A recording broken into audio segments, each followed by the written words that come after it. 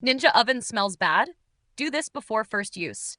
If your new Ninja oven smells like burnt plastic, oil, or chemicals, that's completely normal at first. But if you skip this one-time process, the smell might stick around for weeks. Step 1. Wash the accessories thoroughly. Before you even plug in the oven, wash the air fry basket, oven tray, wire rack, and crumb tray with warm, soapy water. For tough residue, spray with a food-safe degreaser first, then rinse well and dry completely. I've linked the one I use below. It's safe for oven parts and cuts through factory oils fast. Step 2. Run a burn-off cycle with no food. Place all the accessories back inside the oven and run it empty using the air fry setting at 400 degrees Fahrenheit or 200 degrees Celsius for 20 minutes.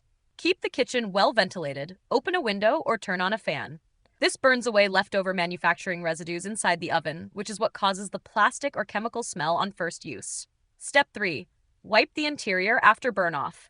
Once the oven cools completely, flip it up, open the back panel, and wipe the inside with a soft, non-abrasive cloth. This clears out any residue from the burn-off and helps to prevent lingering smells. Step 4. Repeat if necessary. If the smell is still strong after the first cycle, do one more 20-minute air fry run, then wipe again, and re-clean the accessories with warm soapy water or a light mist of degreaser if they still feel greasy. If the burnt or chemical smell comes back later after regular use, there may be a heat damage issue.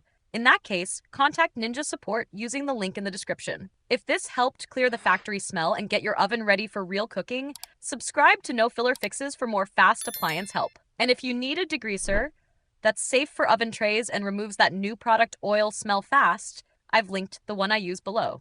Thanks for watching and breathe easy.